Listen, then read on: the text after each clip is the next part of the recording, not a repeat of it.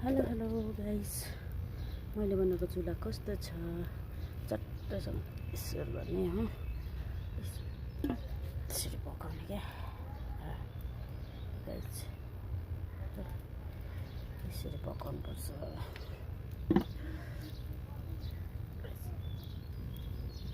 राम्रो आगो लाग्छ है।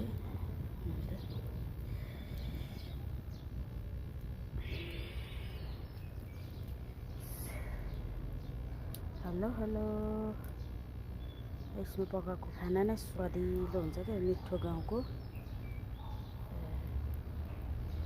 यति राम्रो पर्छ है।